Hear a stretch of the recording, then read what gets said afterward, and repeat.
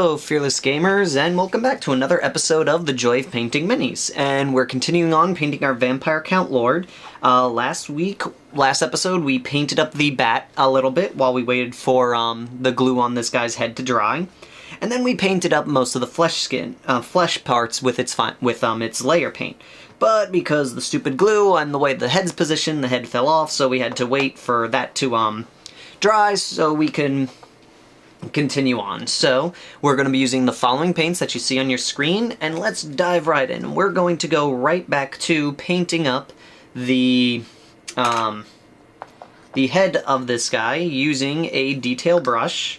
For this, going to take our flesh color that we were using before, and we're going to continue with painting up this guy's head.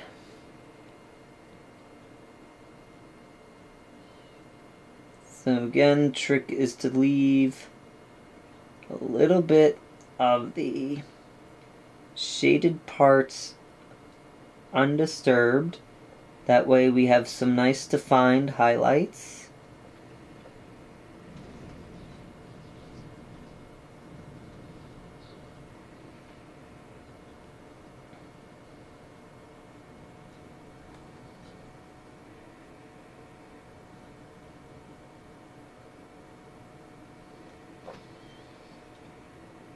And to be perfectly honest, I actually find the faces some of the more fun, enjoyable parts of the model to paint.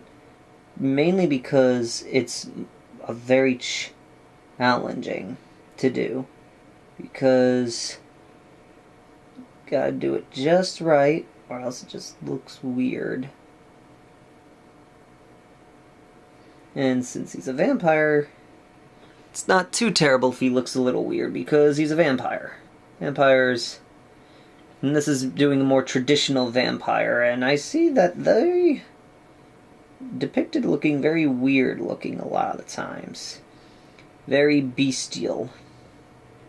Or beastly, sorry. Probably be the proper word to use. So...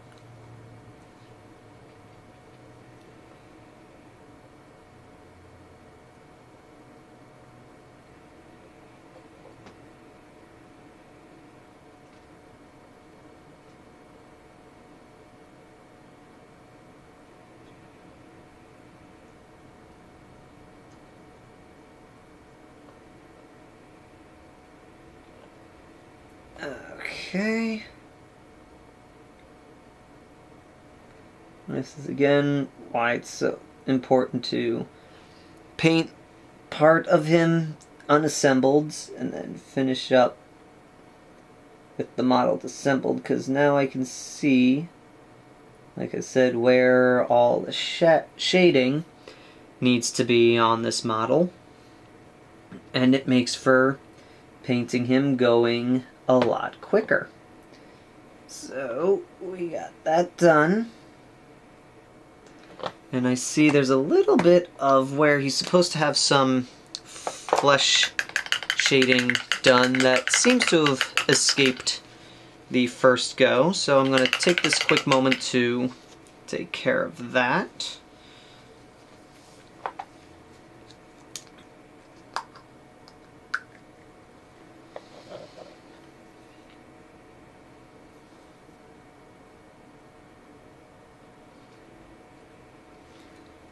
Using the shade tone, the shading paint I've been using, touching up these areas that missed out on the wash. That way we can move on without any issue. Alrighty, so now what I'm going to do is I think I'm going to go and attempt to paint up his armor. And I'm going to start with this leg piece by itself. That way we can get it set up. So I'm going to base it first with a black color, because black tends to be a very nice shade color for metal. So we're going to go and paint up everything that's going to be a metallic color.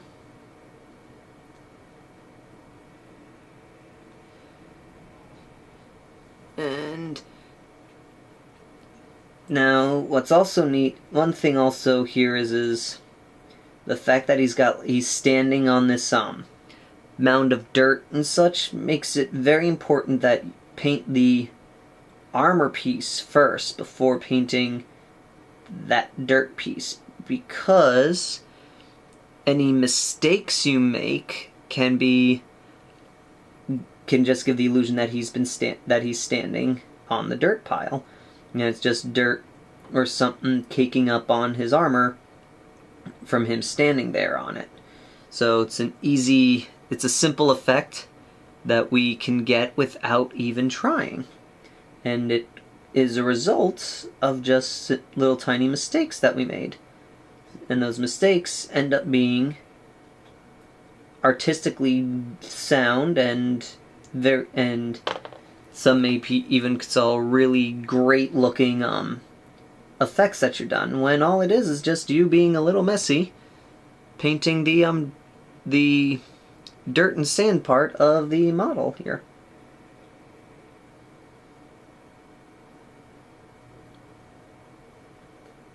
Okay. And it looks like part of the super glue was still wet. Yes, I tried to super glue this onto the base before I started, and that was to no avail. I noticed that the way that the model's built, he's got to be assembled and then put on the base. So that's what we're gonna do. So again, what I'm gonna do is I'm going to paint this guy black. Then I'm gonna apply the first metallic coat. Probably then gonna coat it in a wash, and then glue him together, and then apply highlights.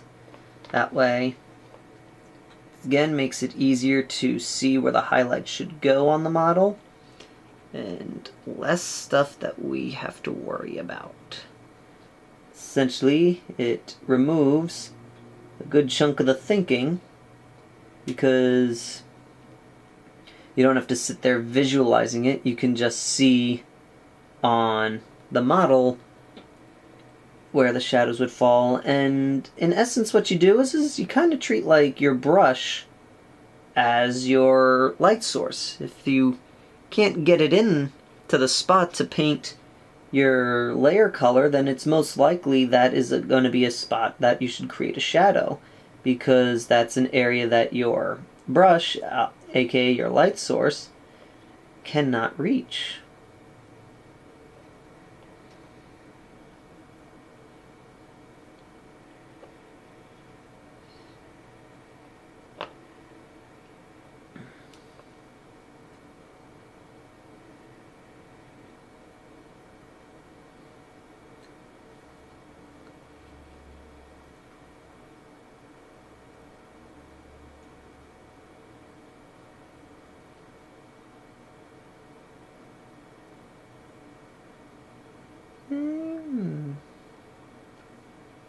Black base coat is pretty much finished.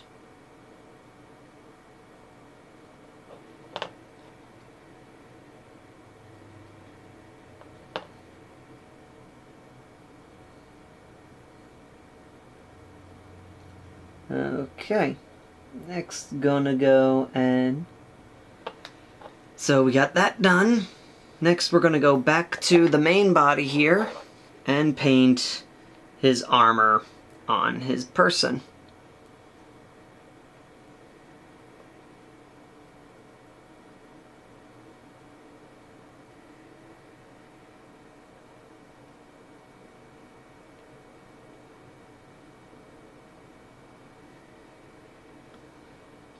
Then Then after that, we're going to paint up all the metal bits, metal, and move on from there.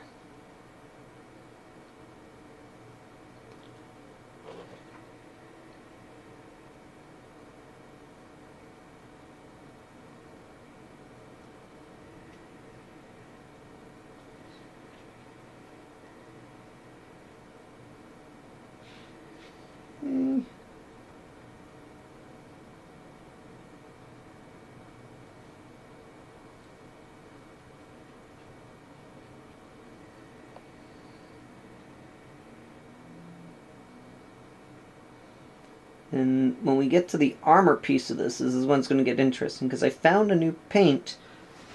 Well, new to me, it's probably been out for a while. I found this paint that proposes something very interesting, and I want to give it a look. And since this is going to be a little... And since part of the purpose of the show is to try out new techniques and trying out new products and such, I'm going to give it a shot on this guy. It's not made by GW, but I'm just going to see how well it works with GW paint. I bought it for my Infinity models, but when I decided that I'm going to do this Vampire Count model, I said to myself, you know what, let's give this, wonder how this would work on other GW colors and how it would turn out. So we're going to give it a shot and see what happens.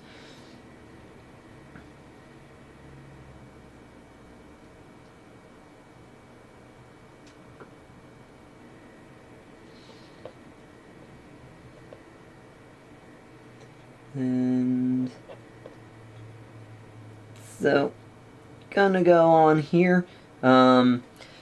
As the recording of this episode, it's January of the new year here, and so we didn't talk about this really on the podcast, but I like to try and have my own types of New Year's resolutions, and so I figure I guess I'll say what some of them are here.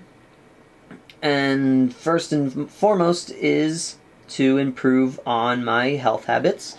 I eat a lot of junk food and I drink a lot of soda, so I've been trying to cut down on my soda intake.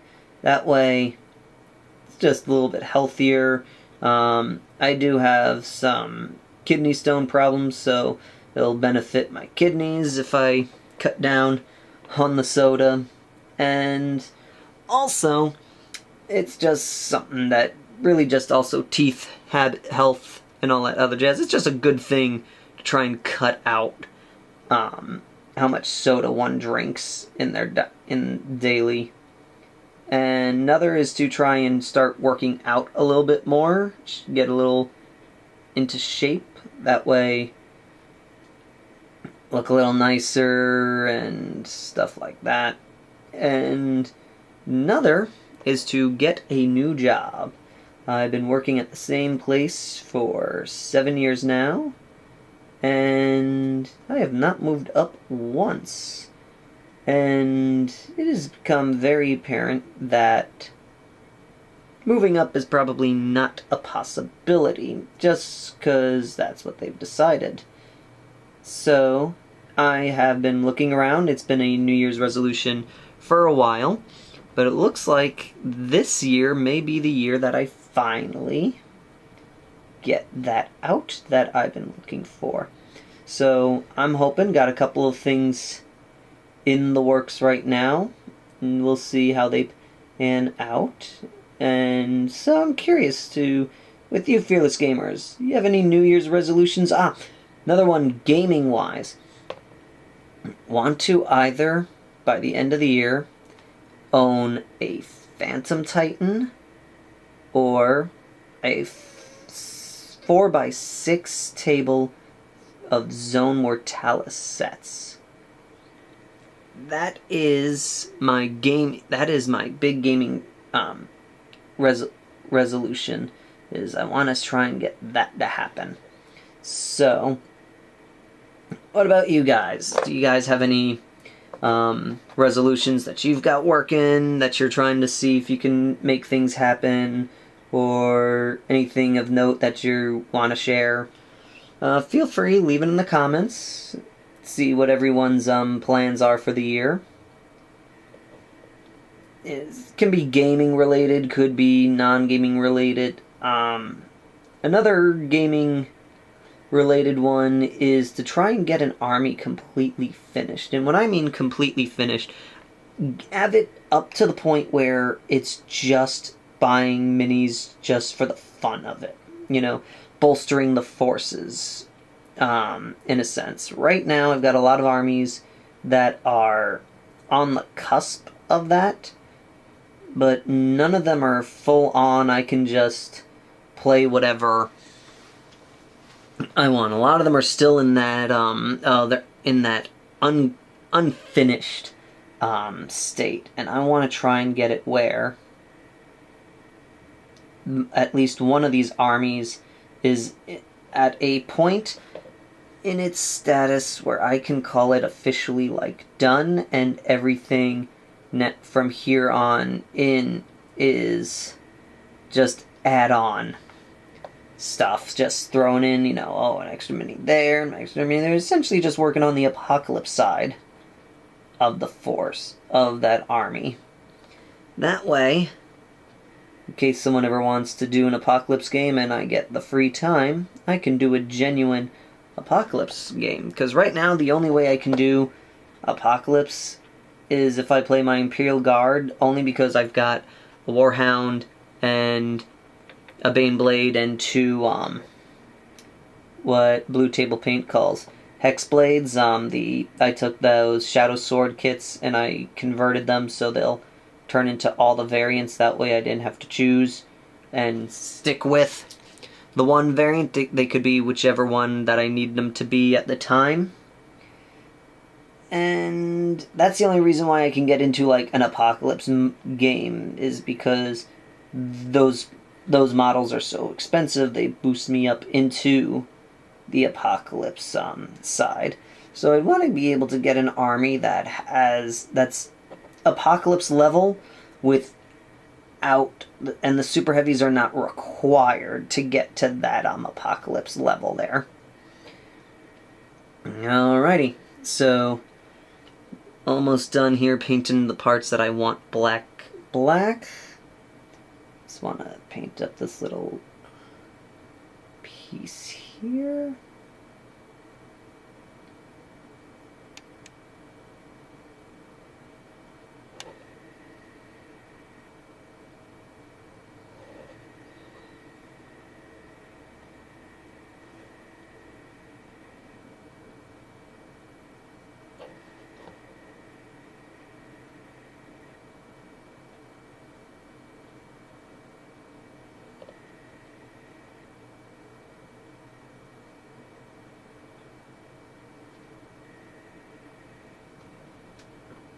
Okay, now, because I'm getting bored of painting all this black right now, probably because of Cypher, I'm going to take a break from that and do the highlights on the skin areas here, and try to work on those a little bit. So, I'm going to first clean this off, and get out my highlight color for the skin. And which is going to be just a simple white color. And paint up little highlights, essentially just trying more defined, place more definition on like the muscled areas of the model. Then we're going to take our white paint, thin it out a little, because like most white paint, white likes to gel a lot once it's been opened. And here we go. So we're going to do this.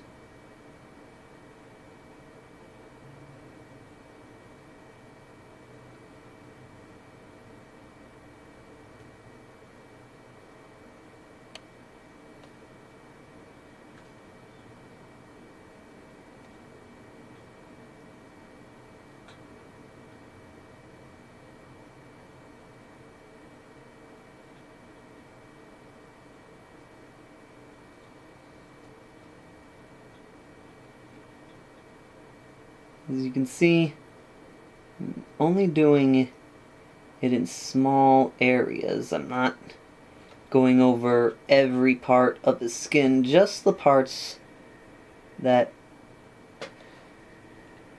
just need a little finer definition.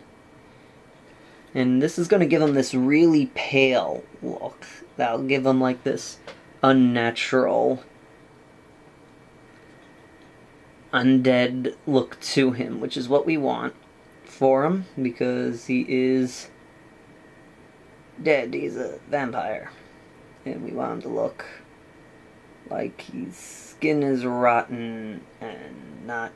He's not a pretty vampire. He's not Lestat or Louis or Almond or Draculia. There was some, depending on which depiction you go with. Draculia sometimes comes off as being this handsome gentleman. In some versions, he's not so handsome.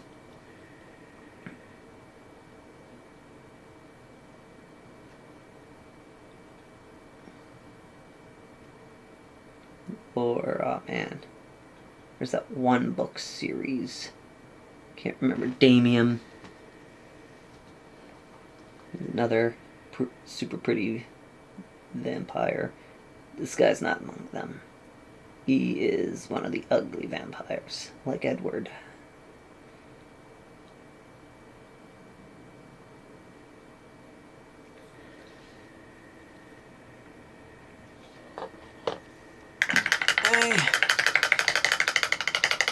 But unlike Edward, he does not sparkle.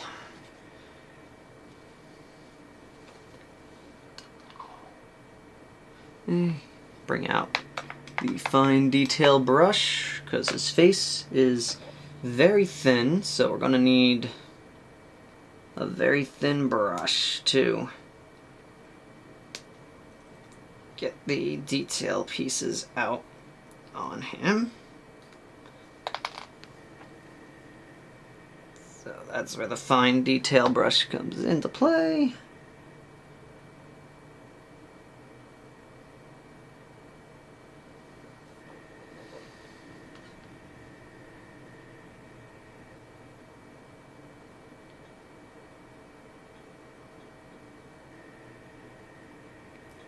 The lines of his cheek lines here,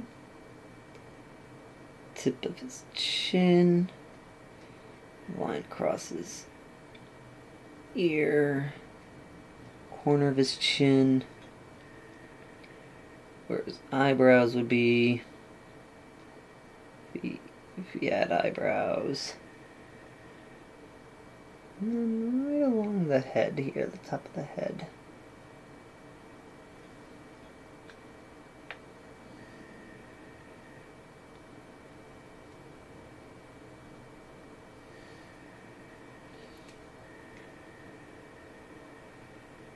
And now I'm not liking how thick the highlight on his head is, so I'm just wetting my brush and going along the edges. It'll help blend the white in a little bit more into his head.